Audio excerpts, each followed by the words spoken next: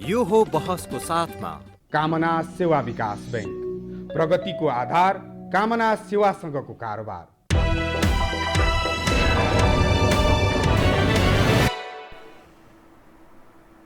नमस्कार, यो हो बहसमा म यहाँहरूलाई हार्दिक स्वागत गर्दछु। जीवराम भण्डारी। आज यहाँहरू सामुन्ने उपस्थित हुनुहुन्छ जगन्नाथ खतिवडा। उहाँ नेपाल कम्युनिस्ट पार्टी नेकपाका नेता हुनुहुन्छ, तत्कालीन नेकपा एमालेका पोलिट ब्युरो सदस्य अनि पुष्पलाल मित्रता केन्द्रका उहाँ अध्यक्ष पनि हुनुहुन्छ, पूर्व सांसद पनि हुनुहुन्छ। विद्यार्थी राजनीतिदेखि नै तत्कालीन विविध कारणले मूलतः दुई मूल मुद्दा कम्युनिस्टहरूको आकर्षक नारा, एक देशभक्त, दोस्रो गरिब दुखी निरीह ती जनताका लागि उदार अर्थात् ती जनताका मुद्दा उपर सम्बोधन गर्ने पार्टीको रूपमा बुझिने नेपाल कम्युनिस्ट पार्टी कम्युनिस्टहरू प्रति त्यसकारण पनि बढी आकर्षणको केन्द्रमा नेपालको राजनीतिमा रह्यो। जगन्नाथ खतिवडा विद्यार्थी राजनीतिदेखि नै निरन्तर क्रियाशील रहनुभयो। जनप्रतिनिधिको रूपमा पनि उहाँले भूमिका निर्वाह गर्नुभयो, पार्टीको महत्त्वपूर्ण जिम्मेवारी पनि उहाँले निर्वाह गर्नुभयो। उहाँसँग आज म समसामयिक विषयलाई केन्द्रमा राखेर केही विश्लेषणात्मक र केही सूचनामूलक ढङ्गले कुराकानी गर्नेछु। सर्वप्रथम म उहाँलाई स्वागत गर्छु। स्वागत छ। धन्यवाद। म कहाँबाट सुरु गरेँ भने कम्युनिस्टप्रति नेपाली जनको आकर्षणको दुई मूल मुद्दा, दुई मूल आकर्षणको केन्द्र, एक यो देशभक्त, दुई गरिब दुखी निरीह जनता उपर यसलाई सम्बोधन गर्ने सवालमा अरू पार्टीहरूभन्दा, अरू राजनीतिक दलभन्दा तुलनात्मक यो गम्भीर छ भन्ने मानिसलाई लाग्यो। नारा पनि त्यही ढङ्गको थियो। फलतः एकपछि अर्को 6 सालदेखि स्थापना भएको कम्युनिस्ट पार्टी यहाँसम्म आइपुग्दा झन्नै झन्नै 2/3 बहुमत निकटको अवस्थामा नेपाली जनले मत जाहेर गरे। स्थानीय सरकार 3 वर्ष नाग्यो, केन्द्रको सरकार र प्रदेश सरकार 2.5 वर्ष नाग्यो। अब 1 वर्षपछि त स्थानीय सरकारको चुनावको तयारी गर्नुपर्ने अवस्थामा पदार्पण गर्छ। केन्द्रको पनि 1.5 वर्षपछि, समय धेरै छैन। तर एकपछि अर्को हेर्दा नेपाल कम्युनिस्ट पार्टी नेकपा यावत जनचाहना, मूलतः देशभक्तिको सवाल पनि यसैसँग जोडिन्छ, गरिब दुखी निरीह जनतालाई राहत प्रदान गर्ने, सम्बोधन गर्ने सवाल उपर नसक्ने रहेछ, यो फगत नारा रहेछ भन्ने प्रमाणित विभिन्न घटनाले हुन्छ। म त्यो कतिपय बताउँला। अब के गर्ने ल बताइदिनुहोस् त। तपाईँहरू एउटा सम्भावना देख्नुहुन्छ अहिले पनि, मानिसले कतिपयले आस्था राख्छन्, दोस्रो तेस्रो चौथो पुस्ताले त केही गर्ला कि भन्ने, तर त्यो चौथो पुस्तामा आउँदा 25 वर्ष लाग्ला जस्तो छ। यो सबै घटना हेर्दा 70 नायकले ओगटिरहेछन्। के गर्ने ल बताइदिनुहोस् त। मैले यहीँबाट सुरु गरेँ। धन्यवाद भण्डारी सर। यी सबै दुवै कुरा, दुवै पक्ष जहाँ तपाईँले कुरा उठाउनु भएको छ त्यो सत्य कुरा हो। हामीले राष्ट्रिय स्वाभिमान र राष्ट्रियताको मुद्दालाई प्रारम्भदेखि नै उठायौँ। यसकारण आम जनताले हामीलाई देशको राष्ट्रियता, स्वाभिमान जोगाउनको निम्ति कम्युनिस्टहरू नै अब्बल राजनीतिक शक्ति हुन् भन्ने बुझ्दै गए। यसमा कमरेड पुष्पलालको अत्यन्तै ठुलो योगदान छ। 1950 को सन्धिको त्यसको कमरेड पुष्पलालले नै सबभन्दा पहिलो पटक विरोध गर्नुभयो। उहाँ कम्युनिस्ट पार्टीको महासचिव हुनुहुन्थ्यो। नेपालमा भारतीय सुरक्षा चेकपोस्ट राख्ने कुराहरूको उहाँले नै विरोध गर्नुभयो। उहाँहरूकै विरोधका कारणले नेपालमा भारतीय सेनाहरू डाइरेक्टली, प्रत्यक्ष रूपमा भारतीय सेनाहरू डाक्टर केआई सिंहको विद्रोह पश्चात नेपालमा प्रवेश गराउनको निम्ति तत्कालीन सरकारले माग गरेको थियो। उहाँहरूकै विरोधका कारणले त्यो रोकियो र अनेक पटक राष्ट्रियतालाई संरक्षण गर्नका निम्ति गरिएको कोसिसका कारणले आज नेपालका कम्युनिस्टहरूले त्यो विरासतमा राष्ट्रियताको मुद्दामा हामी अग्रगामी छौँ भन्न पाइरहेका थिए। पछिल्ला समयहरूमा हामी जब टनकपुर सम्झौताको कुरा आयो, विभिन्न ठाउँमा अनेक पटक भारतीय छिमेकीहरूको कसको हस्तक्षेप हुन्छ, कहीँ विचारमा हस्तक्षेप हुन्छ, कहीँ नीतिमा हस्तक्षेप हुन्छ, कहीँ जमिनमा हस्तक्षेप हुन्छ, कहीँ व्यापारमा हस्तक्षेप हुन्छ। यी सबै प्रकारका हस्तक्षेपहरूको विरोध गर्दै गर्दै आजको हाम्रो स्वभाव चरित्र बनेको छ। यसकारण राष्ट्रियताको एजेन्डा कम्युनिस्टहरूको एजेन्डा हो भन्ने मुलुकलाई जानकारी छ। अर्को, जनताको सेवामा अथवा मुक्तिमा अर्थात् वर्गीय रूपमा तल पछाडि परेका जनताहरूलाई माया गर्ने, तिनलाई मुक्तिको बाटो देखाउने, तिनको सेवा सुविधाका लागि बोल्ने नै कम्युनिस्टहरू हुन् भन्ने हाम्रो मूलभूत आदर्श जुन थियो, त्यो आदर्शसँग जोडिएर पनि हामी जनताका जनप्रिय बनेका छौँ। यी दुवैमा प्रश्न चिन्हहरू छन् आज, तर यी दुवैबाट टाढा भइसकेको अथवा अवसरहरू गुमिसकेको, अब सच्याउन नसक्ने गरी बिग्रिसकेको, अथवा यी एजेन्डाहरू उठाउँदै नउठाएको भन्ने आजको परिस्थिति चाहिँ होइन। समय छ भन्न खोज्नु भा? एउटा वाक्यमा सिद्धाउँ, समय छ भनेर होइन। आज नेकपाभित्र जे चिजहरू छन्, जे जति भइरहेका छन्, यी दुवै कुरामा धेर थोर काम भइरहेकै छ। जनताको अपेक्षा तीव्र गतिमा बढिरहेको छ, हामी त्यो अनुसार दौडन सकिरहेका छैनौँ। यसकारण जनताको मनमा निराशा पनि छ, हामीप्रति आलोचना पनि छ।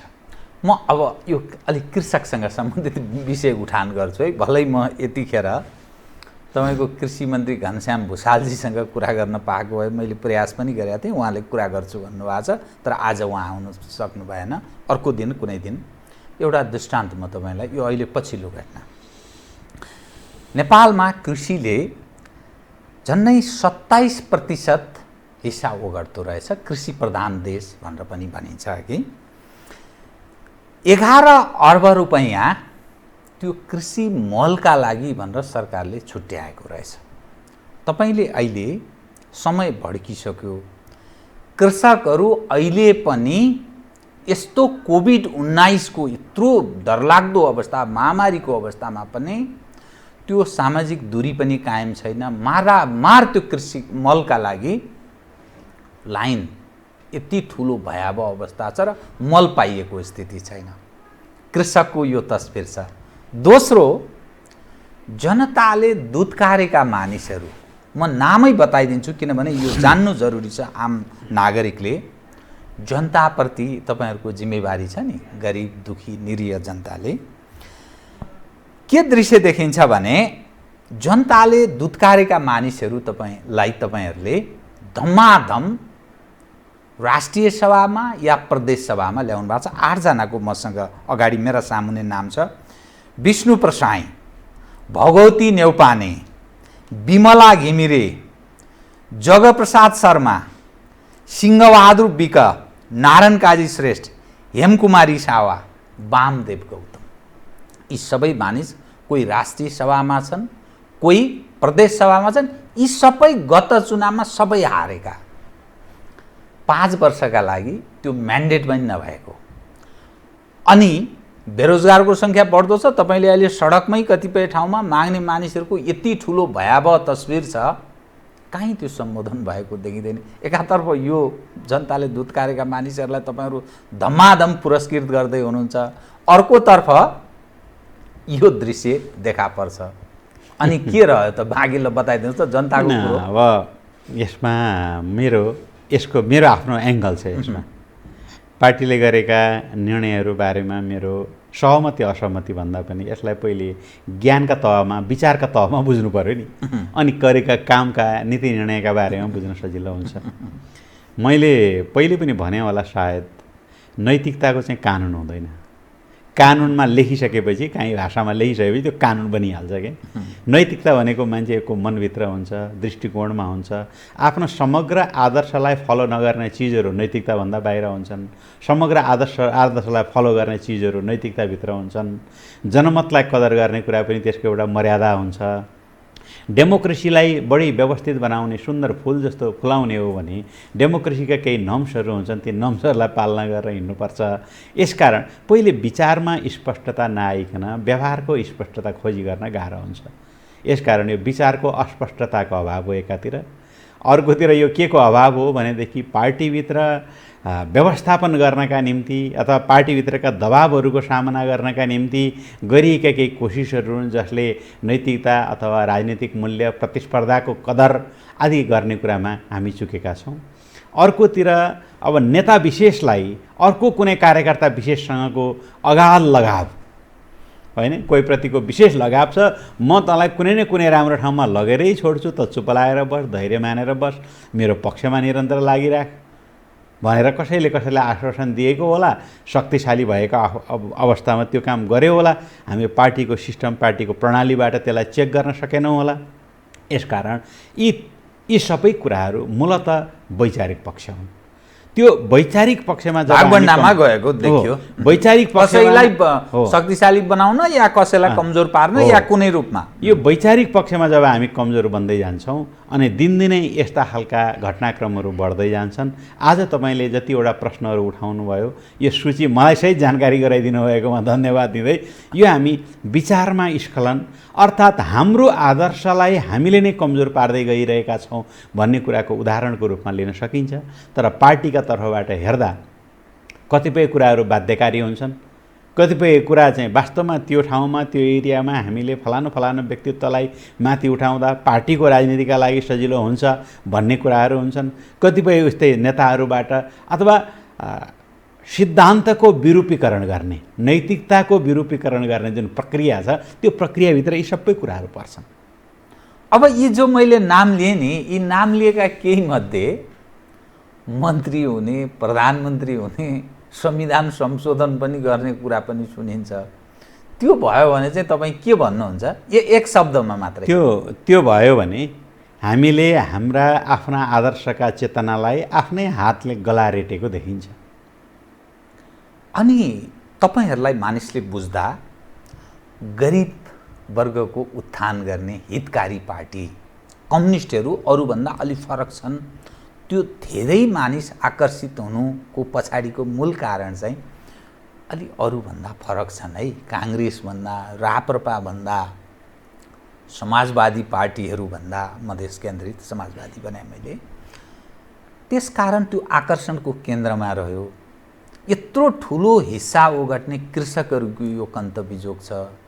गरिब र धनी बीचको दूरी बढोत्तरीमा छ। बेरोजगार सङ्ख्या झन्झन बढ्दैछ। भलै कोभिडका कारण भन्ने अवसर त छ, तर अब विदेशबाट पनि स्वदेश फर्कने त्यो लर्को बढ्नेछ र कतिपय मानिस त छिमेकी देशमा यहाँ केही नपाएर मरियोस् बरु भनेर फेरि पारिपट्टि नै गएको। यो लोक कल्याणकारी राज्य, समाजवाद उन्मुख संविधान बडा अप्ठ्यारो स्थितिमा पो प्रवेश गरियो त। यो चित्र तपाईँले जे भन्नुभयो त्यसले हामीलाई असाध्यै छोएको छ। म एउटा सानो घटनाक्रम बताउँछु। म सुदूरपश्चिमको पुष्पलाल मित्रता केन्द्रको काममा सुदूरपश्चिमको भ्रमणमा गएको थिएँ। 2टा प्रदेशहरू 3टा प्रदेशहरूका विभिन्न कार्यक्रमहरू सञ्चालन गरेर आएपछि उहाँहरूले गरेको गुनासोलाई उहाँहरूले मलाई जे भन्नु भने बोल्न पनि मन लाग्दैन, राजनीतिका बारेमा कुरा गर्न मन लाग्दैन, नेताको त मुख हेर्न मन लाग्दैन होइन, यस्तो गरे उसो गरे सारा कुरा भन्नुभयो नि। उहाँले भनेको कुरालाई मैले जस्ताको तस्तै एउटा कवितामा ढाल्ने कोसिस गरेँ। कृपया सुनाउ न। यो कटु पक्ष हो, किनभने तपाईँले जो दृश्य देख्नुभयो, जे उहाँहरूले बोल्नुभयो त्यो मैले कवितामा ढाल्न लगेँ। अनि मैले त्यसलाई कवितामा आफैले बनाएँ होइन, उनको आवाज बनाएँ। अचेल मलाई आफ्नै सपनासँग बाहेक कसैसँग बोल्न मन लाग्दैन। उसलाई देखेर मेरो क्रान्तिचेत अनेक पटक मूर्छित बनेको छ, त्यसैले मनको ढोका खोल्न मन लाग्दैन। जनतालाई बारम्बार रुवाएर मेरो सञ्चित पवित्रता, पवित्र स्वाभिमान, त्यसलाई पोल्न मन लाग्दैन। अचेल आफ्नै सपनासँग बाहेक कसैसँग बोल्न मन लाग्दैन। उसको कुरा मैले लेखेँ। पछि त्यति मात्रै भनेर त भएन, मैले उसलाई सम्झाउनु पर्यो, म त नेता हुँ। ठिक। मैले उनलाई धेरै पटक यस्तो सम्झनुहोस्, पार्टी बिग्रेको छैन, हामी यहाँभित्र सङ्घर्ष गरिरहेछौँ, अन्यायको विरुद्धमा लड्नुपर्छ, सङ्गठित हुनुपर्छ, हामीले हाम्रो सिद्धान्तका आदर्शलाई समातेर हिँड्नुपर्छ भने। अनि त्यसलाई आफ्नो कवितामा मैले ढालेँ। युगद्रष्टा मार्क्स भन्छन्, सङ्गठित हौ र सङ्घर्ष गर जित सत्यको हुन्छ। धर्मद्रष्टा कृष्ण भन्छन्, मिलेर धर्मयुद्धमा जाऊ जित सत्यको हुन्छ। म जनतालाई सत्य मान्ने र मुक्तिलाई सत्य मान्ने योद्धा। म जनतालाई सत्य मान्ने र मुक्तिलाई सत्य मान्ने योद्धा, भ्रमको पर्दा नच्याती एकजुट भएर भ्रमको पर्दा नच्याती छोड्न मन लाग्दैन। क्रान्तिको चेतनालाई मारेर सुँगुरे काँडाहरू गोड्न मन लाग्दैन। आदर्शको मृत्यु गरेका विषालु हातहरू बोकेर वर्गीयतामा जहर घोल्न मन लाग्दैन। अचेल आफ्नै सपनासँग बाहेक कसैसँग बोल्न मन लाग्दैन। भनेर एउटा कविता लेखेँ के। कवि हृदय पो रहेछ तपाईँको त। मैले यो किन तपाईँलाई आज सुनाउन किन मन लाग्यो भने मानिसको त्यो हृदय विदारकता जहाँ छ। म एकछिनका लागि विचार गरौँ, दसैँमा हामीले धेरैलाई आशीर्वाद दियौँ होला होइन। यहाँ परिकारका स्वादका कुरा गरेर हुँदैन नि। अब हामी त राज्य सत्तामा छौँ, हामीले स्वाद होइन परिकार पस्केर थालमा दिन सक्नुपर्छ होइन। हिजो दसैँमा हामीले चाहिँ आशीर्वाद दिए जस्तो अपुत्रो पुत्रिण सन्तु पौत्रिण निर्धना सदना सन्तु जीवन्तु शरदाम शतम 100 वर्ष बाँच भनेर छोराछोरी नहुनेको छोराछोरी होस्, छोराछोरी हुनेको नाति नातिना होस्, निर्धनले सम्पत्ति पाओस् भन्ने आशीर्वाद दिएर आज हुनेवाला छैन। आज निर्धनलाई सम्पत्ति दिन होइन, अस्वस्थलाई स्वास्थ्य बनाउन, शरदाम शतम 100 बाँच्नेहरूलाई बाँच्ने गरी भिटामिन खुवाउन आज हाम्रो जिम्मेवारीमा छ। यसकारण यो आशीर्वादको विषय होइन। हिजो जुन बेला हामी सत्तामा थिएनौँ त्यो बेला हामीले आशीर्वचनको कुरा गऱ्यौँ होला, आहा फलानु खालको परिकार खान पाए साह्रै मिठो हुन्छ, तपाईँलाई त्यो परिकारको स्वाद नै थाहा छैन भन्यौँ होला। तर आज परिकार पस्केर दिने बेलामा हामीले कमजोरी गरिरहेछौँ, प्रत्येक पाइलामा कमजोरी गरिरहेछौँ। यसबाट हामी आफै पनि विक्षिप्त भइरहेछौँ र जनता पनि कम्युनिस्ट पार्टीप्रति विक्षिप्तताको भावले, निराशाको पीडाको भावले हेरिरहेछन्। यो कुरालाई बोक्न नसक्नुको, राज्यले समयमा तयारी गर्न नसक्नुको, आफ्नो व्यवस्थापन कलालाई सही ढङ्गले सञ्चालन गर्न नसक्नुको, इन्स्टिट्युसनल क्यापासिटीलाई वृद्धि गर्न नसक्नु अथवा भएको क्यापासिटीलाई प्रयोग गर्न नसक्नुको परिणाम आज हामीसँग मल छैन, आज हामीसँग आत्मनिर्भरता छैन। आज कृषि प्रधान देशमा हामी गरिबीको रूपमा रेखामा दिनदिनै बढिरहेछौँ।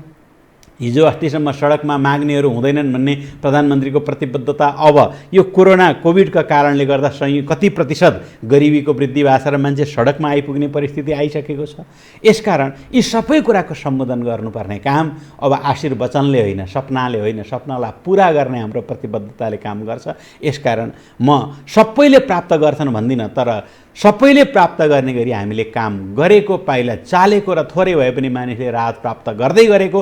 अघि मैले भने वर्गीयतामा जहर घोलेर अवर्गीय चिन्तन बोक्ने हो भने हामी के भन्छौँ?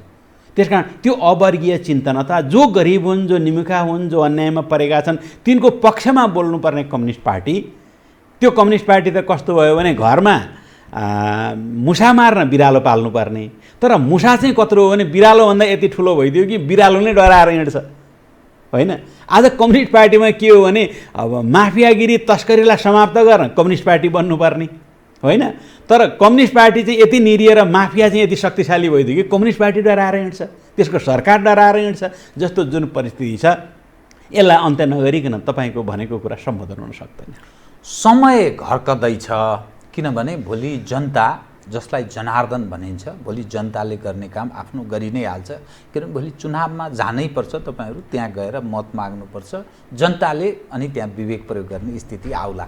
त्यो सहने धैर्यता त्यो रूपमा बुझ्नुपर्छ।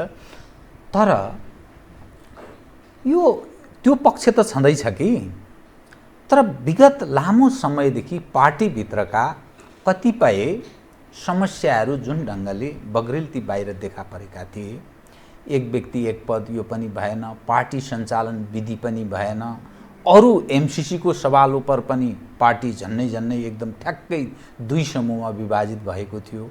के होला यो पार्टीको एकीकृत ढङ्गले यो पार्टी चल्ला भन्ने पनि थियो। यावत तपसिलका धेरै मुद्दाहरू थिए, तर मौन त अहिले सब चिजमा सम्झौता भएको जस्तो। यसको अर्थ कुनै सैद्धान्तिक वैचारिक केही कुरो रहेनछ, सबै भागबण्डा र सम्झौतामा टुङ्गिँदो रहेछ। यो पार्टी अनि बाँच्छ कसरी? अनि विचार सिद्धान्तवाद, तपाईँले कतिपय आदर्शका कुरा पनि गर्नुभयो, सैद्धान्तिक कुरा पनि गर्नुभयो, केबाट हामी गाइडेड हौँ भन्ने कुरा पनि गर्नुभयो। यो त कहीँ देखा परेन त। यसलाई यसरी हेर्दा हुन्छ, हामीले बोकेको राजनीतिक श्रृङ्खला, विचारको पद्धतिको श्रृङ्खलाभित्र आज गरिएका विवादहरू त्यसमा भएको मौनताको बारेमा जुन जिज्ञासा राख्नुभयो, यो मौनता चाहिँ पर्खर हेरेको मौनता हो। यो मौनता पदमा सम्झौता भइसकेको छ, स्वार्थ मिलिसकेको छ भन्ने मौनता होइन। सम्झौता भइसक्यो भन्छ होइन, यो एकदम होइन। कोही व्यक्तिसँग भयो होला, सामूहिक रूपमा केन्द्रीय कमिटीले कुनै कुरालाई इन्डोर्स गर्यो र त्यसमा परिणाम आयो भने त्यसलाई हामी सबैको सहमति छ भनौँला। तर अब दुईटा अध्यक्षहरू मिलेर एउटा कुनै प्रस्ताव ल्याउनु भयो, प्रस्तावमा के छ पर्खौँ, हेरौँ, त्यो सबै पढौँ, त्यसमा एक्सन प्लान के बनाउनु होला उहाँहरूले, त्यहाँबाट हामी अगाडि हिँडौँ भन्यो भने निश्चित समय नेताहरूलाई एउटा शङ्काको लाभ हुन्छ नि। उहाँहरूले राम्रै गर्नु होला, यत्रो पार्टीको अध्यक्ष हुनुहुन्छ, नराम्रो त कहाँ सोच्नु होला। पार्टीको भलाइका निम्ति हामी सबैले लाग्नुपर्ने भएको हुनाले त्यसका कमजोरीहरू कोट्याउने भित्र भन्दा त्यसका राम्रा कुराहरूलाई पनि लागू गर्नुभयो भने पार्टी एक कदम अगाडि बढ्ला भन्ने चाहना, त्यो सोचबाट आज एउटा मौनता छ। यो कुनै पद र स्वार्थहरूको बाँडचुँड गरेर भित्रबाट मिलिसकेको होइन। यो अलिकता भुसाले छोपेको छौँ हामीले, भित्र आगो बलिरहेकै छ। त्यो बलिरहेको आगोलाई अब भोलि बिस्तारै आफै अटोमेटिकल्ली हामीभित्रको मनोवैज्ञानिक, हाम्रो चेतना, हाम्रो एकताको भाव र हाम्रा पार्टीले गरेका, नेताहरूले गरेका क्रियाकलापले राम्रो बन्दै जाँदा त्यो भुसको आगो आफै पनि शान्त भएर जाला, हैन। तर आज भइरहेको समस्या भनेको विचारसँग जोडिएको समस्या हो, सङ्गठन सञ्चालन गर्ने सिद्धान्तसँग जोडिएको विचार हो। यो सरकार र पार्टी सञ्चालन गर्ने विषयसँग चाहिँ अन्तर्विरोध पैदा हुँदा कुन सिद्धान्तमा जान्छौँ हामी, जानुपर्ने के थियो? आज दलले सरकार बनाउने अनि सरकार आफै साँडे हुने र दललाई वास्तै नगर्ने प्रवृत्ति हो कि संविधानले गरेको परिकल्पना, हाम्रो राजनीतिक प्रणालीको परिकल्पना त्यस्तो हो, सरकारलाई छाडा छोड्ने हो कि कुन प्रणाली हो? भोलि जनतासँग उत्तर दिन जाँदाखेरि, चुनावमा जाँदा सरकारले उत्तर दिने हो कि जनताले, के अरे कम्युनिस्ट पार्टीका कार्यकर्ताले उत्तर दिने हो, राजनीतिक दलले उत्तर दिने हो? यदि जनतालाई दलले उत्तर दिनुपर्छ भने दलप्रति सरकार जिम्मेवार हुनुपर्छ भन्ने सिद्धान्तसँग भएको टकराव हो। आज कम्युनिस्ट आचरण र नैतिकताका पक्षमा कि त्यसका विपक्षमा, आज अराजकताका पक्षमा कि अनुशासनका पक्षमा, होइन, आज आदर्शको पक्षमा कि आदर्शको मृत्युको पक्षमा हो, यो चिजमा भएको हुनाले बिल्कुल यो वैचारिक छ। तर यस्ता कुरालाई टाल्नका निम्ति सानातिना भङ टाल्नु पर्यो नि। तर अब समस्या कस्तो हुन्छ भने तपाईँको लुगामा पाल परेको छ, एउटा कपडा टाल्नुहुन्छ, सिएकै ठाउँबाट उद्रिन्छ। यदि कपडा ठिक छैन भने, दह्रो छैन भने त्यो सिएकै ठाउँबाट उद्रने जस्तो परिस्थिति नहोस् भनेर अलिकता केही शान्ति, केही एकताको भावले, असल मनसायले गरेका कामलाई हामीले राम्रो ठानौँ भनेर आज हामी मौन छौँ। अर्कोतिर मैले यसैमा जोडेर के भन्नुपर्ने छ भनेदेखि राजनीतिक सैद्धान्तिक विषयहरूको निरूपण नभइकन अवसरका कुरामा मात्रै गरियो भने फेरि कम्युनिस्ट पार्टीलाई अर्को पटक बिगारिन्छ। यसकारण मैले बारम्बार भन्ने गरेको छु कि तीनटा पक्ष छन् हाम्रो प्रतिवेदनमा हिजो के हैन। एउटा, दुई नेताहरूले मिलेर अध्यक्षता ग्रहण गर्नुहोस्, काम गर्नुहोस्, पार्टी र सरकार चलाउनुहोस्, तपाईँहरू विवाद नगर्नुहोस् भन्ने छ एउटा पक्ष। अब यो गर्नै पर्यो उहाँहरूले, किन दुईटा अध्यक्षको प्रणाली ठिक बेठिक जे भए पनि हामीले केही समयको लागि त बनाइसक्यौँ। अर्को पक्ष के छ भने यसमा सैद्धान्तिक विषयहरूमै विचलन भएको हुनाले, विधि पद्धति प्रणालीका विषयमै विचलित भएको हुनाले हामीले समाजवादको यात्रामा जानुपर्ने बाटोलाई नै ठिक ढङ्गले सम्हाल्न सकेको हुनाले, सरकार र पार्टीको अन्तर सम्बन्धलाई नै ठिक ढङ्गले सञ्चालन गर्न सकेको हुनाले, दुईटा पार्टीहरू एकीकृत हुँदाखेरि तिनको मनोविज्ञान, तिनको पृष्ठभूमि फरक भएको हुनाले, त्यसलाई व्यवस्थापन गर्न नसकेको हुनाले आज यो सङ्कटमा आइपुग्यौँ।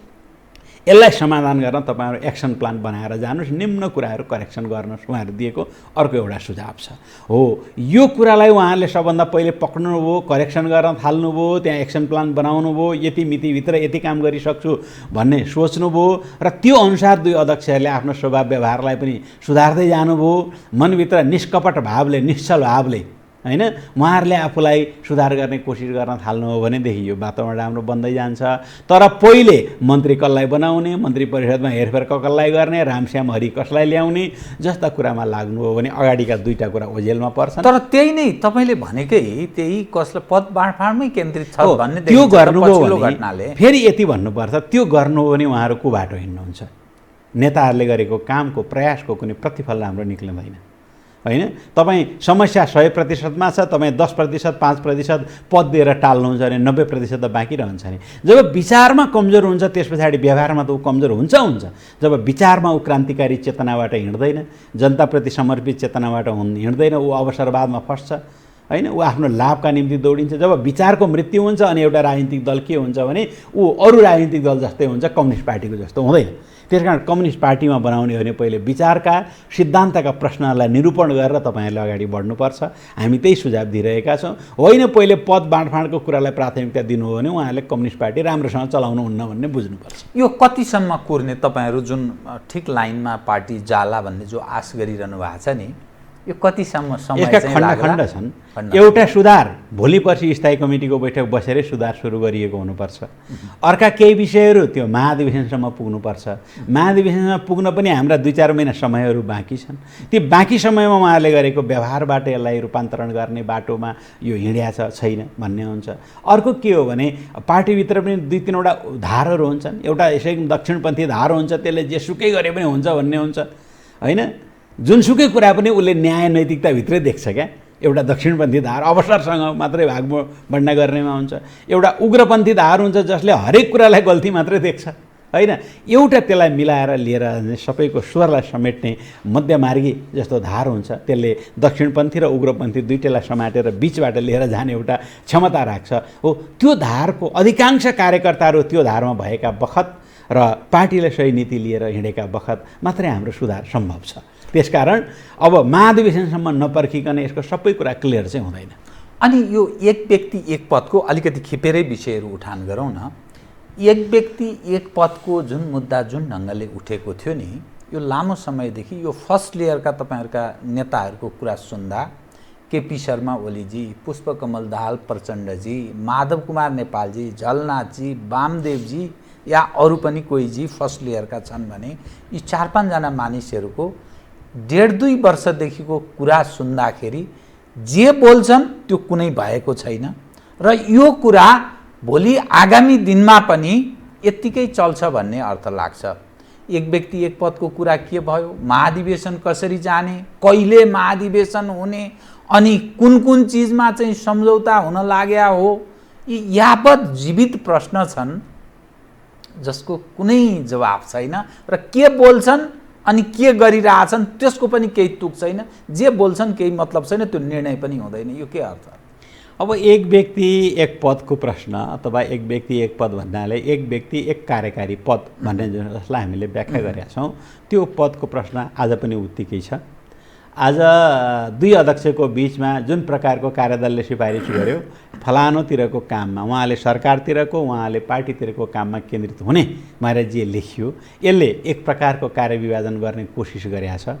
अब यो कार्यविभाजनलाई पनि ठिक ढङ्गले मान्ने कि नमान्ने, त्यो अधिकार ठिक ढङ्गले लिन सक्ने कि नसक्ने, त्यो अधिकारमा तलमाथि पर्यो भनेदेखि यसो निरूपण कसले गरिदिने, त्यहाँ कसैले आफ्नो अनुशासन उल्लङ्घन गरेछ भने त्यसलाई कारवाही कसले गर्ने अथवा दण्डित कसले गर्ने अथवा सुझाव कसले दिने जस्ता कुराहरू छन्।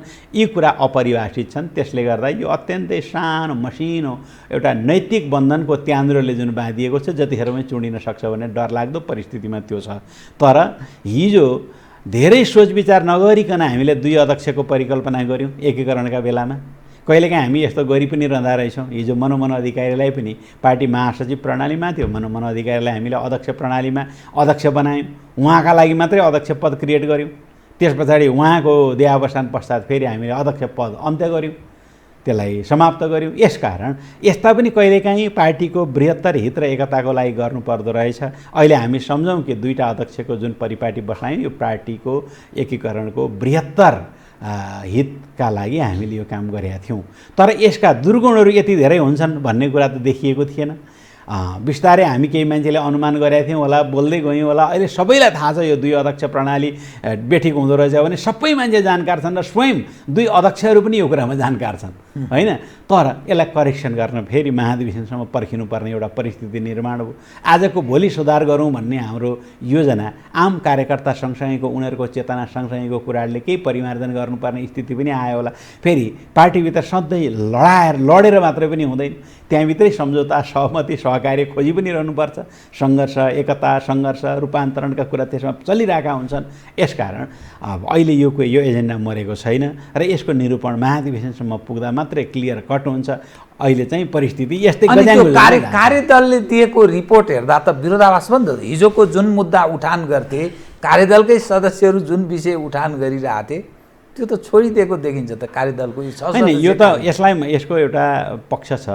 कार्यदलवालाले अथवा 2टा अध्यक्षहरूले स्थायी कमिटीको बैठक स्थगित गरेर कार्यदल बनाउनेतिर लाग्नु र त्यो कार्यदललाई स्थायी कमिटीबाट अनुमोदन गर्ने प्रक्रियामा नल्याउनु अथवा स्थायी कमिटीले कार्यदल बनाएको घोषणा नगर्नु र स्थायी कमिटीले टिओआर नदिनु चाहिँ त्यो चाहिँ कार्यदललाई कमजोर बनाउने प्रयास मात्रै हो भन्ने मैले बारम्बार भन्दै आएको छु। तर भर्खरै मात्र पार्टीका एक अध्यक्षले यो एकदम मेकानिकल कुरा हो, स्थायी कमिटीमा लानु चाहिँ एकदम मेकानिकल कुरा हो भनेर उहाँले स्टालिनको केन्द्रीय कमिटीलाई त्योसँग तुलना गर्नुभएको थियो। तर म अझै पनि के देख्छु भने त्यो बिल्कुल चाहिँ व्यवहारिक सैद्धान्तिक दुवै तर्कबाट मिल्दैन। स्थायी कमिटी एउटा सार्वभौम कमिटीको रूपमा विद्यमान छ, त्यो स्थायी कमिटीमा लगेर निर्णय नगरेको हुनाले कार्यदल कमजोर बन्न थाल्यो। कार्यदलका कुरा माने हो नमाने हो, हामीले बनाएको, दुई अध्यक्षले बनाएको, तपाईँहरू सचिवालयले त्यसो अनुमोदन गर्दैन हो, अब हामीले यसलाई खारिज गर्न सक्छौँ, पालना नगर्न सक्छौँ भन्ने दिशातिर जाने खतरा चाहिँ त्यो एकदमै बढी छ। दोस्रो कुरा के छ भने त्यो कार्यदलले दिएको जुन प्रतिवेदन हो त्यो प्रतिवेदनको ओनरसिप कसले लिनुपर्ने हो त? अब भोलि कमिटीले, स्थायी कमिटीले यसलाई कति सच्याउन सक्छ? त्यहाँ त थुप्रै कुरा छुटेका छन्, छुटेका कुरालाई कति थप्न सक्छ? उसले त एउटा सुझाव पत्र त पेश गर्यो, यसो गर्दा राम्रो हुन्छ भनेन उसले यो गर्नै पर्छ भने अनिवार्य बाध्यकारी त बनाउन सकेन। स्थायी कमिटीले गरेको निर्णय हुन्थ्यो भने त्यो बाध्यकारी पनि बनाउँथ्यो होला। यसमा यो मापदण्डभित्र मर्यादाभित्र निर्णयलाई यस्तो कारवाही गर्नुपर्छ, फलानु कमिटीले कारवाही गर्नुपर्छ पनि भन्थ्यो होला। प्रतिवेदनमा त कतिपय कुरा हिजोदेखि हामीले गरिआएको, गर्नुपर्ने, हाम्रा सैद्धान्तिक रूपरेखाभित्र प्रष्ट लेखिएका कुराहरू नै लेख्नु परेको छ हैन। यो आफै आज हामी आन्तरिक व्यवस्थापनमा कति कमजोर छौँ, सिद्धान्तलाई व्यवहारमा उतार्ने विषयमा कति कमजोर छौँ भन्ने कुराको अभिव्यक्ति हो। त्यसकारण त्यसमा लेखिएका चिजहरूलाई सही हुबहु ल्याउने हो भने उहाँहरूले स्थायी कमिटीमा व्यापक छलफल गर्नुपर्छ र त्यसका कुराहरूलाई बनाएको एक्सन प्लानलाई केन्द्रीय कमिटीमा ल्याउनुपर्छ र त्यहाँ छलफल गराएर निर्णय गरेपछि उहाँहरूले गर्नुहोला भन्ने लाग्छ। तर अब समस्या के छ भने केन्द्रीय कमिटीले बनाएको कार्यदलको प्रतिवेदन पनि कार्यान्वयन गर्दैन सरकारलाई दिएको प्रतिवेदन हो नि त एमसिसीको बारेमा होइन। यस्तो अवस्था भएको हुनाले अब के हुन्छ? कमरेड वामदेव गौतमले एकचोटि भने जस्तै अब सबैसँग डराउनु पर्यो, मूर्खदेखि दैव डराउनु पर्ने स्थिति आयो। उहाँले भने जस्तै अब अटेरीसँग को डराउने हो त्यो चाहिँ थाहा छैन मलाई। वामदेव गौतमजीलाई सम्झँदै हुनुहुन्छ? सम्झिँदैछु म। अब यो पार्टी कसरी चल्छ त? किन मैले यो भने सचिवालय छ, सचिवालयले एउटा ढङ्गले यसो छलफल गर्छ अनि आम सञ्चारमा वार जान्छ, ल यो भो प्रसार गर्यो। त्यहाँबाट फेरि यस्तै कार्यदल बन्छ, त्यहाँबाट स्थायी समिति, अनि सेन्ट्रल कमिटी कहिले हो बन्ने, टुङ्गै बस्ने कहिले हो, त्यो बस्दै दुईटा कुरा तपाईँलाई सम्झाउन चाहन्छु। प्रतिवेदनको नाममा बजारमा यति धेरै कुराहरू लेखिएको छ, पार्टीले यो मेरो खास प्रतिवेदन होइन, त्यस कारण प्रतिवेदन पछि आउँदैछ पनि भन्दैन, यो हो पनि भन्दैन। हेर्नुहोस् है, यसै मान्छे कन्फ्युजनमा, मिडिया, प्रत्येक नागरिक, पार्टीका कार्यकर्ता कन्फ्युजन जस्ता छन्। यो आफै पनि उसको एक प्रकारको उदासीनता जो देखिन्छ नि, यो कुनै डिप्लोमेसीभित्र पनि पर्छ जस्तो मलाई लाग्दैन होइन। दोस्रो कुरा म यसैमा अब अर्को पक्ष के देख्छु भने केन्द्रीय कमिटीको बैठक बोलाएर सम्पन्न गर्नुपर्ने म्याद थियो अस्ति भदौको 14 गतेभित्र। हामी नै हौँ केन्द्रीय कमिटीको माग गरेर दिने, विधानमै लेखिएको छ 30 दिनभित्र बैठक बोलाइसक्नु पर्नेछ अथवा बैठक भइसक्नु पर्नेछ। अब हिजो अस्ति बैठक बस्यो र पनि सम्बोधन गर्दैन, सुनिएन त, अब सम्बोधन गरेकै छैन, के सुनिनु? हेर्नु भनेपछि के हो भने उहाँहरूको चेतनाभित्र पनि के को केन्द्रीय कमिटी? हामी दुई भइ केन्द्रीय कमिटी सदस्यलाई हामीले गन्ने, के को तिनको साह्रो हो त? हामीले बनाएर पो केन्द्रीय सदस्य भएको त, त्यो आफै भएका हुन् र त्यस कारण हामीसँग टकराव गरे जस्तो होइन। कमरेड प्रचण्ड अहो यो केन्द्रीय कमिटीको बैठक माग गर्नुभयो, हामी सम्बोधन गर्छौँ भन्नुहुन्थ्यो होइन, अब सम्बोधन गर्नुहुन्न। कमरेड केपी ओलीसँग त हाम्रो भेट पनि भएन, तर पार्टी कार्यालयमा दर्ता गरेर हामीले पठाएको थियौँ, त्यो पनि त विधानमा लेखेको व्यवस्था मैले पालना गर्नुपर्छ भनेर उहाँहरूले भन्नुपर्ने होला नि, पालना गर्नका निम्ति केही न केही सम्बोधन गर्नुपर्ने होला नि। यसकारण के छ भने लक्षण त धेरै राम्रो देखिँदैन। ठुलो पार्टी सञ्चालन गर्ने त्यो क्षमतामाथि पनि प्रश्न रह्यो। राजपाटको जो चातुर्यता हुन्छ, जुन व्यवहारिक पक्ष हुन्छ, त्यसमा पनि समस्या देखा पर्यो। यसको अर्थ भविष्य चाहिँ त्यति राम्रो देखिँदैन कि? त्यस्ता समस्याहरू देखा परेपछि पार्टी सञ्चालनका प्रक्रिया विधिहरूको सर्वसम्मत एउटा मध्यमार्गी बाटो भनेको त्यसको विधानै हो। होइन। विधानले सबै पक्षलाई, मैले भनेका 3टा शक्ति हुन्छन् भने नि, दक्षिणपन्थीलाई पनि, उग्रपन्थीलाई पनि, मध्यपन्थीलाई पनि, जसलाई भए पनि त्यो विधान टेकेर हिँडेपछि चित्त बुझ्छ। के गर्ने, मैले भनेको कुरा विधानमा छैन, तथापि मैले यो कुरालाई मान्नुपर्छ, यो त कानुन हो नि भनेर हिँड्छ। हो त्यो कानुन पालना गर्ने त्यो प्रतिबद्धता र नैतिक चेत पार्टीका नेताहरूलाई भएपछि मात्रै हामी ठिक बाटोमा हिँड्छौँ। यदि कानुन पालना गर्ने त्यो चेतना उहाँसँग भएन भने गुटु बगटोहरू जन्मिँदै जान्छन्। किनकि त्यो ठाउँमा आफू पुग्नका निम्ति गर्ने कोसिसहरू मानिसले प्रयत्न गर्दै जान्छ। राजनीतिक अस्तित्वलाई जीवित क्रियाशील गराइराख्नको निम्ति दुनियाँले मलाई चिनिराखोस् न, म त राजनीति गर्ने, सार्वजनिक क्षेत्रमा हान्ने मान्छे, मेरो त यो कारणले पद नपाएर, अवसर नपाएर, यो कारणले मेरो त अस्तित्वै समाप्त हुन लाग्यो भनेर चाहिँदा नचाहिँदा गतिविधिहरूमा हात हाल्दै जान्छ। यसकारण पार्टी नेतृत्वको मनभित्र यो हुनुपर्छ कि मैले यी कुराहरू समयमा सम्बोधन गर्न सकिनँ भने पार्टीभित्र गुटबन्दी, अवसरवाद अथवा गलत गैर कानुनी कार्य आदि जस्ता बढ्दै जान्छन् भनेर उसले सोच्नुपर्ने कुरा हो। आज सोचेको देखिँदैन, त्यो सोचेको नदेखेको हुनाले हामी कस्तो देखिन्छौँ भनेदेखि अघि नै मैले भने नि, बिरालोमा मुसा मार्न बिरालो पाल्नुपर्ने, तर बिरालो स्वयं मुसासँग डराउँछ भन्ने परिस्थिति आज पार्टीमा छ क्या। अब यो 65 वर्षदेखि 75 वर्षका बिचका मानिसहरूको नेतृत्वमा तपाईँको पार्टी चाहिँ पकडमा छ कि कब्जामा छ। तपाईहरू तेस्रो पुस्ताको भनिदिँदा भयो होइन, तेस्रो पुस्ता होइन, पार्टीभित्र तेस्रो पुस्ताका। अब तपाईहरू त्योभन्दा पछिल्लो काहीँ न काहीँ नयाँ पुस्ताले केही गर्ला कि त भनेर आश गर्ने मानिस पनि छ कि नेपाली समाजमा। यी जो नेतृत्व छन्, नेतृत्व पङ्क्तिमा रहेका मानिसहरू, उनीहरूको विभिन्न छवि पनि बिग्रँदैछ, आकर्षण पनि समाप्त हुँदैछ। जनताले जुन आकर्षण, जुन ढङ्गले उनीहरूलाई बुझ्दथे त्यो पनि विकर्षणमा परिणत हुँदैछ, कार्यकर्ताको तहमा पनि विकर्षणमा परिणत हुँदैछ।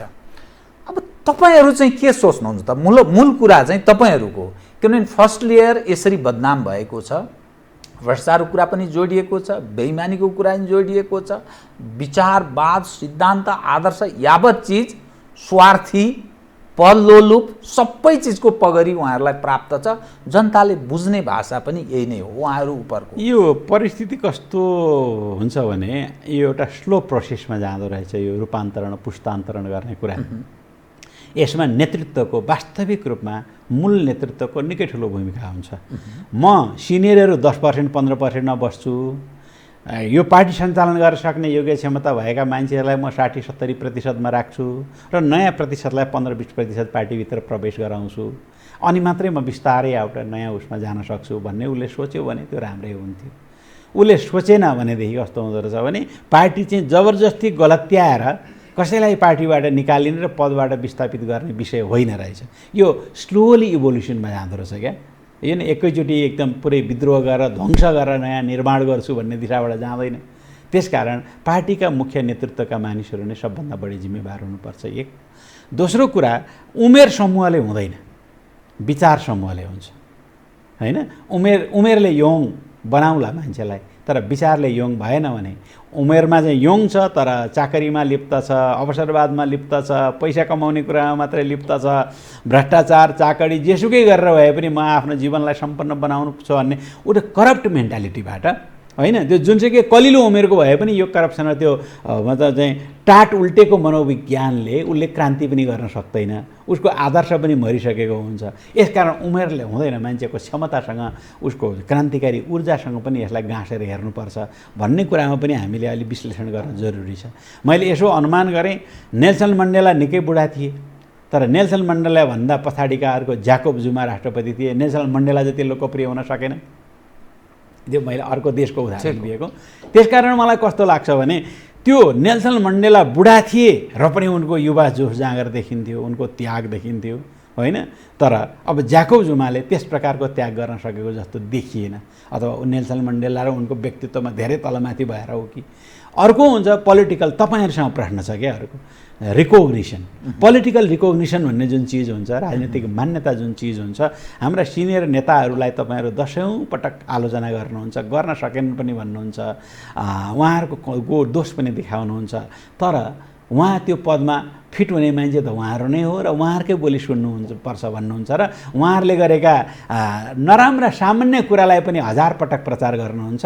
त्योभन्दा तल्लो पुस्ताका मान्छेले अत्यन्तै राम्रो कुरा गर्यो भने एकैचोटिमा सिधाइदिनुहुन्छ। ठिक हो, किन तपाईँहरूले पनि रिकग्निसन त त्यहीँ दिनुहुँदो रहेछ नि, अर्को राजनीतिक दलले पनि रिकग्निसन त त्यहीँ दिँदो रहेछ नि। यसकारण के हो भने यो समानुपातिक ढङ्गले वृद्ध अथवा सिनियर ठानिएका नेताहरूको प्रतिशत यस्तो हुनुपर्छ, मध्य स्तरीय कार्यकर्ताहरूको नेतृत्व यस्तो प्रतिशतको हुनुपर्छ र नयाँ पुस्तालाई यसरी हुर्काउनुपर्छ भन्ने एउटा व्यवस्थित प्लानले मात्रै यो पुस्तान्तरण गराउँछ। नत्र महाधिवेशनमा तपाईँ प्रतिस्पर्धा गर्नुहोस् होइन, एकछिनको लागि भन्नुहोस् न झलनाथ खनाल, माधव नेपाल, केपी ओली, वामदेव गौतम जतिसुकै प्रश्न उठाउनु सबभन्दा पहिले चुनाव जित्ने बढी भोट ल्याउने चाहिँ उहाँहरू नै भन्नुहुन्छ, किनकि उहाँहरूको रिकग्निसन हाई छ होइन। त्यही कारण त्यो रिकग्निसनको कारणले उहाँहरू जित्नुहुन्छ, हामी अरू पराजितको त्यो खतराभित्र परिरहेको हुन्छौँ। यसको अर्थ के हो त भने आम कार्यकर्ताको मनोविज्ञान पनि अब बडालाई नै हेर्ने र बडाले जो गर्यो काम हुन्छ त्यो सर्वसम्मत भन्ने सोच्ने, गल्ती गरे पनि माफ दिनुपर्छ भन्ने, अथवा पार्टी क्रान्ति क्षेत्र आदर्श क्षेत्रभन्दा बाहिर गएर पनि व्यक्तिगत माया मलकाजमा बढी चेतना बढी व्यवहार गर्ने यस्ता कुराहरूले गर्दा पनि हामीलाई सङ्कट पारेको छ। तर म तपाईँहरू जस्तो जसले यस्ता प्रश्न उठाउनुहुन्छ समग्रतामा पुस्तान्तरणमा तपाईँहरू जानुपर्छ नक्कै हुँदैन नभन्ने हो भने अब हामी 60 को छेउमा आइपुग्यौँ, मेरो नेताहरू 70, 72, 75 को छेउतिर हुनुहुन्छ, जम्मा 10 वर्ष 12 वर्षको अन्तर छ। उहाँहरू पनि स्वास्थ्य राम्रो भएर सक्रियतापूर्वक 85 वर्षसम्म चल्नु हो भने हामी पनि त्यो 80 का छेउछाउमा पुग्छौँ। हामी आज 24 घण्टा खट्न सक्छौँ, हामी केही त्यस्तो योगदान गर्ने ठाउँमा पुग्न सक्दैनौँ। भोलि जुन बेला हामी 24 घण्टा होइन 2 घण्टा 3 घण्टा मात्रै खट्नुपर्ने र आराम लिनुपर्ने बेलामा पुग्छौँ, त्यो बेला हामीले जतिसुकै राम्रो पद प्राप्त गरे पनि केही योगदान गर्न सक्दैनौँ। त्यसकारण हाम्रो दिमागको ऊर्जा, क्रियाशीलता, सक्रियता र यसको चाहिँ सिक्न सक्ने क्षमता अथवा कुनै कुरालाई समाउन सक्ने क्षमता, यसको स्मरण क्षमता जीवित हुँदै हामीले काम गर्न पायौँ भने मुलुकले पनि रूपान्तरण गर्ला। होइन आज भोलिसम्म हामी 80 वर्ष पुगुन्जेल नेताहरूको फेर्सा मात्र हिँड्ने भयौँ र आफ्नो सृजनात्मक बुद्धि लडाउन सक्ने भएनौँ भने हामी केही गर्न सक्दैनौँ। अर्को महत्त्वपूर्ण कुरा हो भने प्रयास नगरी आफै त आउँदैन। एउटा गीतमा हामीले गाउँथ्यौँ पहिले होइन, त्यो उदिन्ने क्षमता, त्यो दबाब दिने क्षमता नयाँ हातको गाँसा आउँदैन मुखमा नसाले नठेले भन्ने एउटा गीत गाउँथ्यौँ कि हातको गाँस पनि नसाको प्रयासले हातले उचालेर मुखमा ल्याउनुपर्छ नि, आफै मुखमा आउँदैन नि थालको भात पनि। त्यसकारण नेतृत्वले पनि त्यही ढङ्गको प्रयास गर्नुपर्छ। हामी सबै चाकरीमा निवृत्त होइन, त्यसैको वरिपरि मात्रै घुम्यौँ भने हामी पनि नेता बन्न सक्दैनौँ। अब सङ्घर्ष गर्नुपर्ने, आदर्शलाई जोगाएर सङ्घर्ष गर्नुपर्ने आज निकै कठिन पनि छ। यसैले पुस्तान्तरणको बारेमा सामूहिक प्रतिबद्धता हुन जरुरी छ भन्ने मलाई लाग्छ। पुस्तान्तरणको कुरा गर्दा अब महाधिवेशन कहिले हुन्छ पत्तो छैन। महाधिवेशन भयो भने यही प्रयोग भएको नेतृत्व मानिलिनुहोस् न, खड्ग ओलीजीलाई स्वास्थ्यले साथ दिए, सायद खड्गेजी फेरि प्रयास गर्नुहुन्छ, माधव कुमार नेपालजी फेरि प्रयास गर्नुहुन्छ, प्रचण्डजी प्रयास फेरि गर्नुहुन्छ, झलनाथजी के गर्नुहुन्छ पत्तो छैन, तर वामदेवजी फेरि प्रयास गर्ने कुरो छ। अनि यसको अर्थ तत्पश्चात 5 वर्ष व्यतीत हुन्छ, महाधिवेशन कहिले हुन्छ?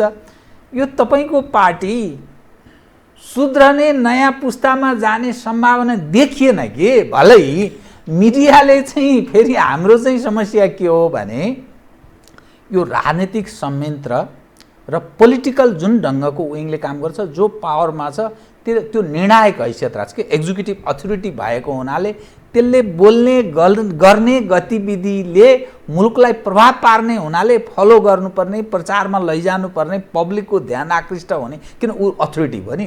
त्यो कारणले मिडिया त्यस प्रभावमा छ, फेरि अलिकति प्रायोजित पनि होला प्लस है त्यसमा, तर पनि त्यो बाध्यात्मक अवस्था छ मिडियाको पनि। अनि यो सुध्रने छाँट देखिएन। यसलाई यस्तो हो, अबको नेतृत्व जतिसुकै रोके पनि रोक्न सकिँदैन क्या कतिपय कुराहरू। हामी नेतृत्वलाई अलिकता विस्थापित गरौँ, तपाईँहरू अहिले बिदा हुनुहोस् भनेर पनि पूर्ण रूपमा भन्न सक्दैनौँ। केही मान्छेहरू राख्नै पर्छ, किनदेखि नै सिनियर नेताहरू अध्यक्षको रूपमा उहाँहरू बस्नु हो भने मेरो विचारमा है नयाँ पुस्ता आएर त्यसलाई ढाकिहाल्ला जस्तो अहिले लाग्दैन। हाम्रो पार्टीको इन्टरनल सिचुएसन हेर्दा, एकीकरणको आजको प्रयासबाट यसलाई कम्प्लिट गर्न नसकेको स्थिति हेर्दा, त्यो सबै मनोविज्ञानमा हेर्दा एउटा न एउटा सिनियर मान्छे नै अध्यक्ष बन्छ भन्ने कुरा देखिन्छ। अब त्योभन्दा अध्यक्षभन्दा तलका सबै पदहरूमा उहाँले दोस्रो छिमलका नेताहरूलाई ल्याउने, तेस्रोलाई अगाडि चाहिँ हुर्काउने र चौथोलाई तल केन्द्रीय कमिटीका सदस्यहरूमा साथ दिने ल्याउने कोसिस गर्नुभयो भने त्यो उहाँहरूको लागि पनि भलाइ हुन्छ। होइन भने कस्तो हुन्छ भने पश्चिम बङ्गालको कम्युनिस्ट पार्टी जस्तो बुढाहरू मात्रै देखिन्छन्, अब युवाहरू देखिँदैनन्। नयाँ पुस्ता यसै पनि कम्युनिस्ट आन्दोलनमा त्यसको भर्ती कमजोर बन्दै गइरहेको छ। एक क्लासमा खाली भइरहेछ, 10 क्लास आइए बिएमा भएका मान्छे देखेर हामी त बलियो छौँ भनेर सोच्नुपर्ने अवस्था छैन। त्यस कारण कक्षा 1 मा भर्ना गर्ने हो भने तल युवा, विद्यार्थी, महिला, किसानका जनसङ्गठनलाई सशक्त बनाउन कोसिस गरौँ भन्नेतिर उहाँहरू नीति बनाउनुपर्छ। र केन्द्रीय कमिटीको हिसाबमा भन्ने हो भने यही प्रतिशतको बाँडफाँडमा त्यो चेतनाका साथ गइयो भने काम लाग्ला। आजै सबै एकैचोटि नयाँ पुस्तामा आएर बन्छ भन्ने पनि मलाई लाग्दैन, तर नयाँ पुस्तालाई हुर्काउने, पुस्तान्तरण गर्ने योजना चाहिँ पार्टीको महाधिवेशनमा, केन्द्रीय कमिटीमा र आज आफू शक्तिमा हुँदाहुँदै नयाँ पुस्तालाई हस्तान्तरण गर्न सक्ने चेतना चाहिँ हाम्रा यी 5-10 जना नेताहरूमा हुनुपर्छ। त्यति ढङ्गले छलाङ चाहिँ त्यो नयाँ पुस्तामा वात्तै गयो भने त्यो सामर्थ्य पनि राख्दैन भन्ने पनि अर्थ लाग्छ। त्यो सामर्थ्य पनि किनकि तपाईँ नेसनल इन्टरनेसनल रिकग्निसनसँग पनि यो कुरा जोडिन्छ होइन। अब पदमा पुगेपछि मान्छेले त्यो पद होइन भन्न सकिँदैन, त्यसलाई मान्नै पर्ला, पदलाई मान्नु पर्ला। उसले भोलि गरेको कामले 2-4 वर्ष पछाडि एउटा स्थापित बन्ला, त्यो पनि बन्दैन भन्ने कुरा होइन। तर आजको हाम्रो नेकपाभित्रको जुन पुस्तान्तरणको कुरा छ त्यसभित्र केही चुनौतीहरू छन्, जसलाई एउटा एकताका कुराबाट, एउटा मनोविज्ञानका कुराबाट, एउटा रिकग्निसनका, अर्को स्वयं मेरो प्रयास भनौँ न। अब म पार्टीको कार्यकर्ता हुँ, म त्यो अध्यक्ष नै ताक्न कति प्रयास गरिरहेको छु होइन। म त तेस्रोतिर भने दोस्रोको कान्छोतिर परेँ होला, तेस्रोतिर परेँ होला, तर मैले कोसिस चाहिँ कति गाह्रो छ, मैले दोस्रो हुँ भन्नेले त्यसमा प्रयत्न कति गरिरहेको छ, यसबाट पनि त्यो देखिन्छ। त कुनै पनि पार्टी झाँगिन, ठुलो हुन, राज्य सत्तामा उसले आफ्नो नीति निर्णयहरू कार्यान्वयन गर्नका लागि त्यो जनताको समर्थन, साथ र उसको विषयलाई कति सम्बोधन गर्यो, त्यस आधारमा त्यो झाँगिने, फल्ने, ठुलो हुने, शक्तिशाली हुने हुन्छ होइन। तर यो सबै घटनाले के देखाउँछ भने पार्टीको भविष्य छैन भन्ने अर्थ लाग्छ कि। किन मैले यो विषय उठान गरेँ भने गरिब र धनी बीचको दूरी बढोत्तरीमा छ। मुलुक असफल राष्ट्र हुने दिशातर्फ उन्मुख छ भन्ने विभिन्न घटना कसरी देखाउँछ भने भर्खरै मात्रै राजीनामा दिनुभयो या बाहिरिनु भयो अर्थमन्त्रीजीले। मुलुकको राजस्व 15 अर्ब मासिक, हाम्रो खर्च भयावह छ। त्यो आम्दानी र खर्चको कुनै मेल खाँदैन। मुलुकमा त्यो फजुल खर्च पनि बढोत्तरीमा छ र कतिपय मानिसहरू, रिसर्चरहरूको बुझाइमा मुलुक माफियाको कब्जामा गएको छ। गरिब दिन दुखीको सम्बोधन हुन छोडेको छ। अनि त्यो आकर्षण विकर्षणमा परिणत भएपछि यो पार्टी कहाँ रहन्छ अनि भोलिका दिनमा कसरी चल्छ र गरी खाने पार्टी नै रहेन भने यो राज्य संयन्त्र सञ्चालनमा देखिएका यी कमी कमजोरीले त्यो टाक्सिने अवस्थामा पदार्पण गरेपछि के मतलब हुन्छ? यसको जनताको बेसमा, समर्थनमा कहीँ समस्या छैन। समस्या नेतृत्व गर्ने, तर विकर्षण भएपछि त त्यो घट्दै जान्छ नि भोलिका दिनमा। विकर्षणको परिस्थितिबाट रोक्नका निम्ति नै हामीले सोच्नुपर्ने छ। अघि मैले तपाईँलाई एउटा कविता सुनाएँ नि, त्यो कविता त्यही विकर्षणलाई रोक्नका निम्ति, विकर्षणमा भएको आवाज र त्यसलाई रोक्नका निम्ति गरिने प्रयास अन्तर्गत मैले आफ्नो मनमा त्यस्तो सम्झेँ भन्ने सम्झन्छु म। विकर्षण रोकिन्छ। सानो कामबाट पनि हामी यो विकर्षणलाई रोक्न सक्छौँ। आज सडकमा मान्छे भोकै मरिरहेका, अप्ठ्यारोमा परिरहेका मानिसहरूलाई राज्यले खरबौँ खर्च गर्छ, त्यसमा चाहिँ 10-20 अरब 10-20 करोड कति हो त्यसलाई दिन सक्दैन र। तर उसले सोच्नु पऱ्यो नि, पहिले म गरिबलाई भात खुवाउँछु, अरू मेरो कुनै सेटेलाइट नआए नआओस्, पानी जहाज नआए नआओस्, अर्को कुनै चाहिँ काम रेल नआए नआओस्, पहिले मेरो जनतालाई म भोकै पार्दिनँ भन्ने त पहिले उसले सोच्नु पऱ्यो नि। हो हामी उसलाई त्यही भन्न लागिरहेछौँ। तपाईँ ठुला सपनाहरू बाँडेर मान्छेलाई भविष्यको कल्पनामा मात्रै, परिकारहरू मात्रै, स्वादको बारेमा मात्रै कुरा नगर्नुहोस्, आजै खान दिनुहोस्। नमिठो छ र पनि आजै खान दिनुहोस्, भविष्यमा मिठो खाउँला भनेर आज भोकै नराख्नुहोस्। आज सरकारले त्यो काम गर्नुपर्छ। आज पनि मैले यसो देख्छु, यो कोभिडकै सन्दर्भमा पनि मैले कहीँ कसैलाई सल्लाह सुझाव पनि दिएको थिएँ कि तपाईँ काठमाडौँभित्र कम्तीमा 7 दिन 10 दिनभित्र 1 लाखभन्दा बढी मान्छेलाई क्लस्टर छुट्याएर PCR टेस्ट गर्नुहोस्, पुरै बन्द गरिदिनुहोस्, तर त्यो गरिबलाई खाने ठाउँ चाहिँ दिनुहोस् होइन। मध्यम वर्गलाई दिनु परेन, उच्च वर्गलाई दिनु परेन, तर त्यो गरिब जो सडकमा काम गर्छ, मजदुरी गर्छ, त्यसलाई चाहिँ प्रत्येक वडाका सदस्यहरूलाई प्रयोग गरेर, आफ्नो वडामा त सबै कुरा थाहा हुन्छ नि, हामी सानो रुटसम्म पुग्न सक्छौँ नि। त्यहाँको प्रहरीलाई थाहा हुन्छ, त्यहाँको कर्मचारीलाई थाहा हुन्छ, प्रयोग गरेर पहिले तिनलाई 15-20 दिन, महिना दिन भात खान दिउँ होइन। त्यस पछाडि मात्रै हामी अरू कुरा गर्न सक्छौँ भन्यो। अब सरकार भातको कुरा गर्छ, खान दिँदैन होइन। अब म तिमीलाई 2 वर्षभित्र गरिबबाट मुक्त गर्छु भनेर चाहिँ प्रधानमन्त्रीले भन्नुहुन्थ्यो, अब त्यो 2 वर्ष त कटि नै सक्यो। त्यसकारण नेपालमा कोही माग्ने हुँदैन, भोको हुने छैन, सरकारले पाल्छ तपाईँहरूलाई भन्थ्यो नि त। सरकारले भने त्यो हो नि, सरकारले त्यो पाल्छ, पाल्नका निम्ति पालिन तपाईँहरूले सङ्घर्ष गर्नु पर्दैन, प्रगति गर्न मात्रै अलि सङ्घर्ष गर्नु पर्ला भन्थ्यो। अब त्यस्तो त हुँदैन। त्यसकारण मेरो आज पनि विनम्र अनुरोध के छ भने, कृषिमा आत्मनिर्भर नभइकन अथवा नेपालीहरूले नेपालकै उत्पादनबाट खान पाउनेछ, न्यूनतम जीवनयापन गर्न सक्नेछन् भन्ने नबनाइकन र गरिब निमुखाहरूको पक्षमा हामीले वकालत गरेर तिनलाई सेवा नदिकन कम्युनिस्ट पार्टी हुर्काउन सक्दैनौँ। यो कुरा अब नेपालका हाम्रा आजका नीति निर्माताहरूले बुझ्न जरुरी छ। अब म ठिक कार्यक्रमको अन्त्यमा आएँ कि, अनि यो परराष्ट्र मामिलामा चाहिँ अब एमसिसीको के भयो, नक्सा जारी भयो, भोग चलन अर्कोको छ के हुने, अनि विभिन्न क्षेत्रका मानिसहरूको यो क्रीडा स्थलको रूपमा, अनि प्रधानमन्त्री एकैचोटि कचेर बोल्नुहुन्छ, त्यहाँबाट फेरि 10 कदम पछि हट्नुहुन्छ। यो कन्सिस्टेन्सी, एकरूपता पनि देखा पर्दैन। नीति निर्माताहरू, एक्जिक्युटिभ अथोरिटी यस्तो अवस्थामा छ, यो के विश्वास गर्ने, के अविश्वास गर्ने, छिमेकीसँग यी दुईटा एजेन्डामा मैले भनिहालेँ। सम्भवतः अब अहिले म त्यो सबै कुराको जानकार होइन, तर मेरो आफ्नो विश्लेषण चेतनाले के देख्छ भने, भारत सरकार लिम्पियाधुराको मामलामा केपी ओली सरकारसँग वार्ता गर्न चाहँदैन। यो सरकार अब 2-2.5 वर्ष पछाडि गइहाल्छ, म यस्तै अल्मल्याउँदै जान्छु। अहिले मलाई कोभिडको टेन्सन छ, चीनसँग टेन्सन छ, साउथ चाइना सीभित्र बेडासेडा पठाइरहेको छु, यो छ त्यो छ, आफ्नै देशभित्रको अर्थतन्त्र पुनर्निर्माणको विषयमा यो मेरो प्राथमिकतामा पर्दैन, मैले भोगचलन गरिआएकै छु, तिमी कराउँदै जान्छु, तिमीले मलाई के गर्न सक्छौ र सेनाले हट्न सक्दैनौ, मलाई कहीँ ब्लक गर्न सक्दैन। कटु कुरा भन्नु होइन। त्यसकारण म 2-2.5 वर्ष यसै अगाडि पछाडि धकेल्छु। यो केपीको सरकार गुरेपछि भोलि अर्को विभिन्न प्रेसर गरेर अब यो कहाँ कुन राजनीतिक दलहरूको अर्को सकेसम्म संयुक्त सरकार बनाउन पाएँ भने मेरो बार्गेनिङ क्यापेसिटी बढिहाल्छ कि भन्ने लागेर ऊ त्यो दिशामा हिँडिरहेको होला भन्ने म एउटा अनुमान गर्छु। म आफू यसको सम्पूर्ण सूचनाको जानकारी पाएको मान्छे होइन, एउटा त्यो देख्छु म। त्यसकारण अब हाम्रो तर्फबाट अधिकतम प्रयास गर्नुपर्छ र यही सरकार भएकै बखत वार्ता गरेर कुरा समाप्त गर्ने कोसिस गर्नुपर्छ। होइन भने यो सरकारलाई यति कुरामा धन्यवाद दिनुपर्छ, लिम्पियाधुरा नेपालको हो भन्ने कुरा यसले आधिकारिक रूपमा संविधानमा लेखेर पुष्टि गर्यो। मेरो पुस्ताले नगरे भविष्यको कुनै पुस्ताले गर्नेछ, यो नेपालको हो भन्ने कुरा उसले स्थापित गरिदिनु चाहिँ सबभन्दा ठुलो कुरा हो भनेर हामीले सम्झनुपर्ने समय आउँछ। अनि एमसिसीको बारेमा चाहिँ रिपोर्टमा पनि लेखिएको छ, तपाईँ राष्ट्र हितका मात्रै सम्झौता गर्नु, हितमा मात्रै सम्झौता गर्नुहोस् भनेर। यसमा कुनै जालझेल गर्ने, तिगडम गरिने काम गरिएन भने यो एमसिसी आजको अवस्थामा पारित हुँदैन। राष्ट्रिय हितलाई जोगाउने गरी अथवा अरू कुनैको सैन्य हस्तक्षेपसँग जोडिएको नदेखिने गरी, सैन्य सहकार्य गरेको नदेखिने गरी यो पास भयो भने हामीलाई ठुलो अनौठो कुरा पनि हुँदैन। हामी खालि अर्काको सैन्य रणनीतिको खेल मैदान बन्न नपरोस् भन्ने हो। हामीलाई पैसा त एकदम चाहिएको छ, हाम्रो जस्तो देशलाई पूर्वाधार चाहिएको छ। त्यसकारण यो चिज चाहिँ मेरो विचारमा आजको अवस्थामा पास हुँदैन। अब यसमा जालझेल गऱ्यो भने त, नियमभन्दा बाहिर हिँड्यो भने त त्यसको त जे पनि अपराध गर्न सक्छ मान्छेले। हस्, बहुत धन्यवाद छ। नमस्कार, धन्यवाद।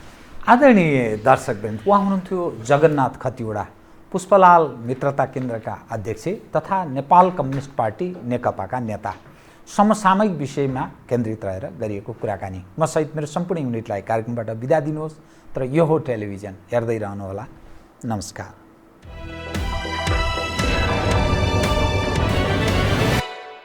यो हो बहसको साथमा कामना सेवा विकास बैंक, प्रगतिको आधार कामना सेवासँगको कारोबार।